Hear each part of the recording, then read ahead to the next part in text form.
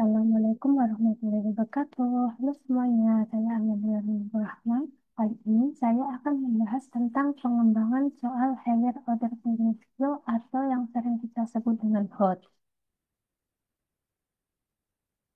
Nah, sebelum itu kita akan membahas apa itu HOT terlebih dahulu.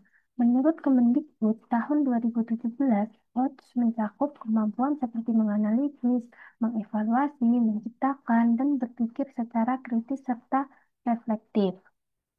Jadi bukan hanya sekedar menghafal rumus, tetapi benar-benar berpikir bagaimana cara menyelesaikan masalah dari informasi yang ada.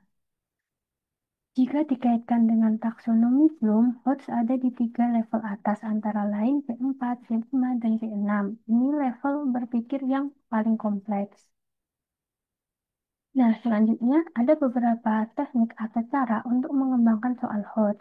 Untuk kali ini yang akan dibahas yaitu pengembangan soal HOTS berbasis konteks dan prosedur penyelesaian masalah. Untuk teknik yang pertama, teknik ekuivalen, yaitu soal yang konteks dan prosedur penyelesaiannya sama.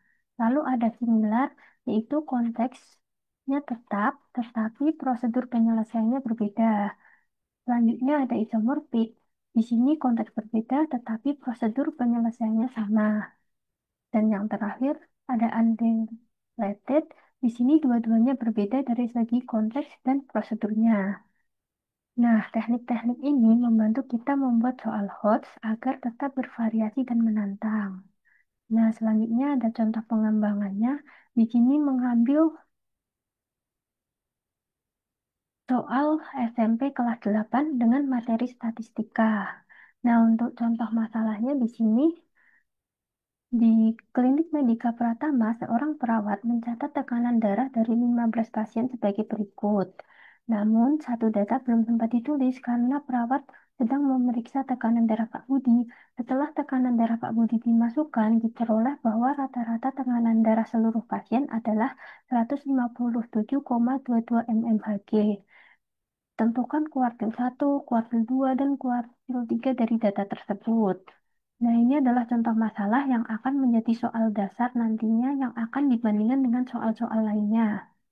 Nah, untuk yang selanjutnya itu ada soal ekuivalen.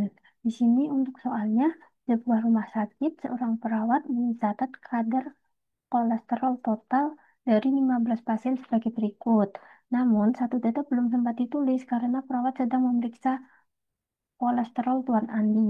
Setelah data Tuan Andi dimasukkan, diperoleh bahwa rata-rata kadar kolesterol seluruh pasien adalah 220,25 mg per dl. Tentukan kuartil 1, kuartil 2, dan kuartil 3 dari data tersebut.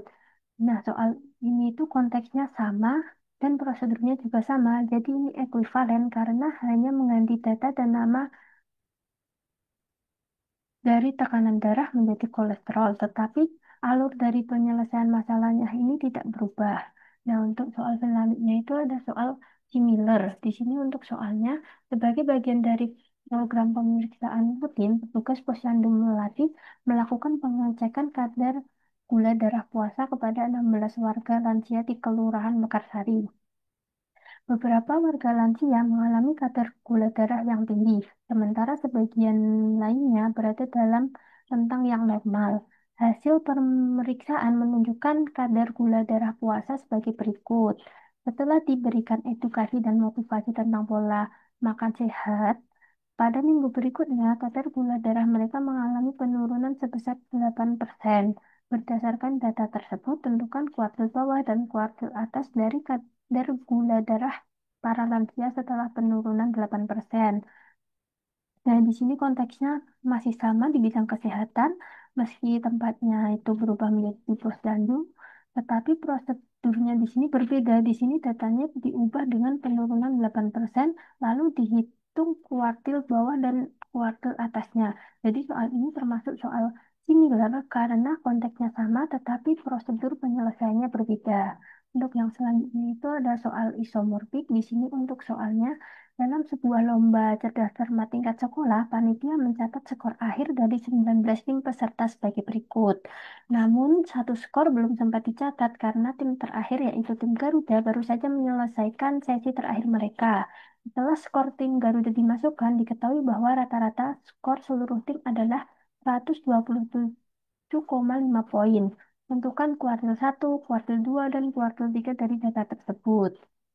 Nah, konteks di sini berubah ya dari yang tadinya kesehatan menjadi konteks pendidikan, tetapi langkah-langkah penyelesaiannya masih sama seperti contoh masalah yang tadi.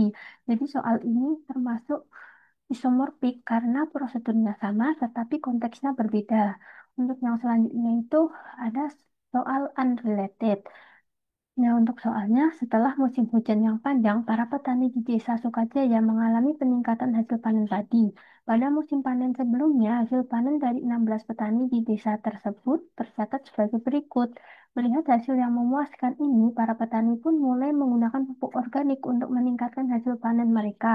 Benar saja, pada musim panen selanjutnya, hasil panen dari masing-masing petani meningkat sebesar 10% dari musim sebelumnya. Berdasarkan data tersebut, tentukan simpangan kuartilnya dari hasil panen padi para petani setelah peningkatan 10%. Nah, ini konteksnya udah sangat berbeda dari contoh masalah tadi. Prosedurnya di sini juga berbeda. Nah, di sini prosedurnya tidak melibatkan pencarian data yang hilang atau rata-rata. Fokus di sini ke peningkatan data dan perhitungan simpangan kuartilnya. Jadi soal ini termasuk soal unrelated karena baik konteks maupun prosedurnya berbeda dari soal yang ada pada contoh masalah tadi. Nah, jadi intinya jika kita ingin meningkatkan kemampuan berpikir tingkat tinggi, kita harus terbiasa menyelesaikan soal yang lebih menantang, tidak sekedar hafalan tetapi lebih ke proses berpikirnya. Dan sebagai guru atau calon guru, kita perlu kreatif dalam membuat soal yang mengajak siswa untuk berpikir lebih dalam dan berpikir kritis. Demikian penjelasan saya tentang HOTS dan teknik pengembangannya dalam soal matematika. Semoga bermanfaat. Terima kasih.